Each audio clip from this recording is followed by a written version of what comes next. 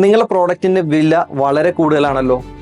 Customer പറയുകയാണ് നിങ്ങളുടെ പ്രോഡക്റ്റിന്റെ വില വളരെ കൂടുതലാണ്. ഇതിൽ നിന്ന് എന്ത് മനസ്സിലാക്കാം? പല കാര്യങ്ങൾ കൊണ്ട് കസ്റ്റമർ ഇങ്ങനെ വില കൂടുതലാണെന്ന് പറയാം. അതിൽ ഏറ്റവും പ്രധാനപ്പെട്ട കാര്യം എന്ന് വെച്ച് കഴിഞ്ഞാൽ നമ്മളുടെ പ്രോഡക്റ്റിന്റെ വാല്യൂ കൃത്യമായിട്ട് കസ്റ്റമറിലേക്ക് ഡെലിവർ ആവുന്നില്ല. കസ്റ്റമർ എപ്പോഴും ഒരു തീരുമാനം എടുക്കുന്നത്, ഒരു പർച്ചേസ് ചെയ്യാനായിട്ട് പ്രൈസിന്റെ കാര്യത്തിൽ ഒരു തീരുമാനം എടുക്കുന്നത് പ്രോഡക്റ്റിന്റെ വാല്യൂമായിട്ട് തട്ടിച്ചു നോക്കിയിട്ടാണ്. അപ്പം പ്രോഡക്റ്റിന്റെ വാല്യൂവിനേക്കാൾ കൂടുതലാണ് വിലയെങ്കിൽ കസ്റ്റമർ അത് പർച്ചേസ് ചെയ്തില്ല, വില കൂടുതലാണെന്ന് പറയും. അപ്പോൾ എപ്പോഴും വാല്യൂ ആയിരിക്കണം ഉയർന്നു നിൽക്കേണ്ടത്. പ്രോഡക്റ്റിന്റെ പ്രൈസിനേക്കാൾ വാല്യൂ ഉയർത്തി വെക്കുന്ന രീതിയിൽ, അത് ക്ലോസിങ് സമയത്ത് നമ്മൾ കസ്റ്റമറോട് നെഗോഷിയേറ്റ് ചെയ്യുമ്പോഴത്തേക്ക് വാല്യൂ കൂട്ടി വെച്ചിട്ട് വേണം പ്രൈസ് പ്രസന്റ് ചെയ്യാൻ, പ്രോഡക്റ്റിന്റെ വില പ്രസന്റ് ചെയ്യാൻ. എന്നാലേ കസ്റ്റമർക്ക് കൃത്യമായിട്ട് പ്രൈസിനുള്ള വാല്യൂ തരുന്ന പ്രോഡക്റ്റ് ആണെന്ന് മനസ്സിലാകത്തുള്ളൂ. നിങ്ങൾ പ്രോഡക്റ്റോ സർവീസോ എന്തോ ആയിക്കോളട്ടെ.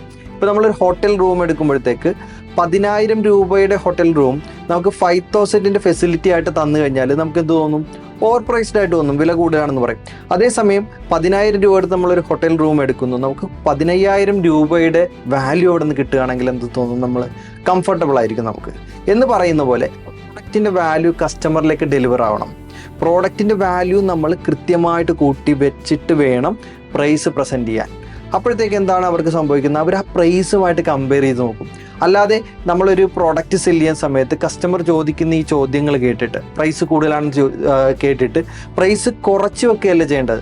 പ്രൈസ് കുറച്ച് വെച്ചിട്ട് നമ്മൾ മാർക്കറ്റ് പ്ലേസിൽ കോമ്പീറ്റ് ചെയ്യാൻ പോയി കഴിഞ്ഞാൽ നമ്മുടെ കോമ്പറ്റീറ്റർ അതിലും കുറഞ്ഞ പ്രൈസുമായിട്ട് വരും. അപ്പോൾ നമ്മൾ 10 രൂപ കൊടുക്കുമ്പോഴത്തേക്ക് നമ്മൾ 8 രൂപ ആക്കേണ്ടി വരും.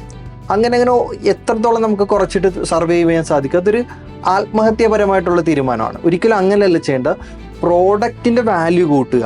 ഇനി പ്രോഡക്റ്റിൻ്റെ വാല്യൂ കൂടുതൽ കൂട്ടിയിട്ടുണ്ടെങ്കിൽ പോലും കൃത്യമായിട്ട് അത് കസ്റ്റമറിലേക്ക് എത്തിക്കണം. സെയിൽസ് നെഗോഷിയേഷനിൽ കൃത്യമായിട്ട് വാല്യൂ ഡെലിവർ ചെയ്യാൻ സാധിക്കണം. അങ്ങനെയാണെങ്കിൽ നമുക്ക് ഇങ്ങനെയുള്ള ക്വസ്റ്റ്യൻസ്, പ്രോഡക്റ്റിൻ്റെ വില കൂടുതലാണ് എന്നുള്ള ചോദ്യങ്ങളൊക്കെ കൃത്യമായിട്ട് ഹാൻഡിൽ ചെയ്യാൻ സാധിക്കും.